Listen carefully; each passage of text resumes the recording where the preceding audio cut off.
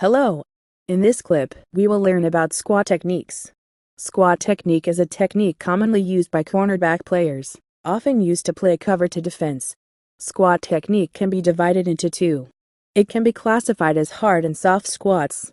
For the method of classification, use a hard squat on the side of the center with one receiver, and a soft squat on the side with two or more receivers. The position of the hard squat technique must be located on the outside of the receiver and the distance should be within 1 to 2 yards. The location of the soft squat technique is also located on the outside of the receiver and the distance is set to 5 yards. Of course, there's a reason to do this.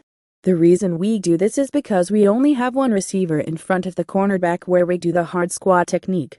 So we just have to worry about the other situation and just interrupt this receiver's pass route.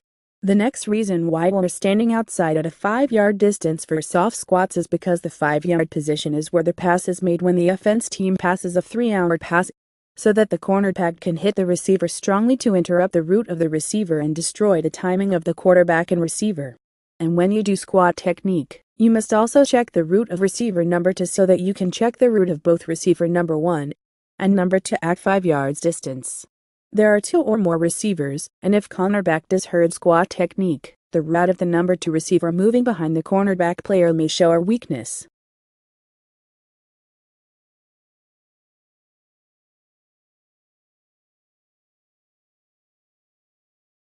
Next, let's take a look at the weaknesses of cover to defense. Squat technique is mainly used in cover to defense, so I'm showing you this to help you understand. The weakness of a typical cover to defense is that it is near the center and both sides of the deep zone. This zone, which is a weakness of cover 2, needs to be complemented by using squat techniques.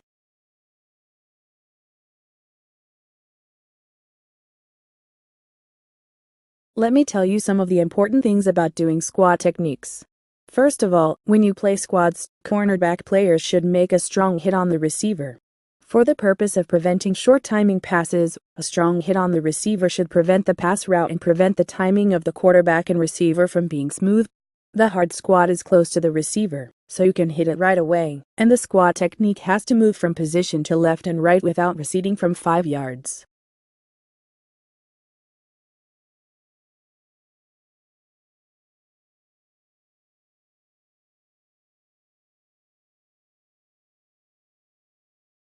The next point is that the cornerback should always be outside of the receiver.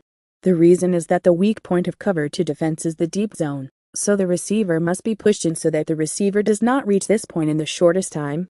This will give the safety players enough time to get to the sideline.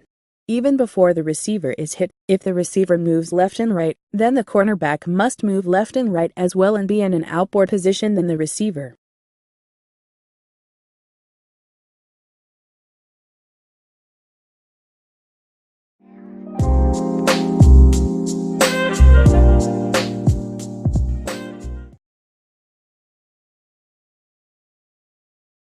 Next, I'll show you how to use cornerback squat technique to defend the pass with cover to defense. What's important at this point is that the cornerback is not only concerned about the number 1 receiver, but also the route of number 2 receiver. To make a simple distinction, if a receiver comes to its flat zone, a can defend a receiver, and if the receiver doesn't come to its flat zone, a can defend a receiver number 1. Let's take a few routes. For example,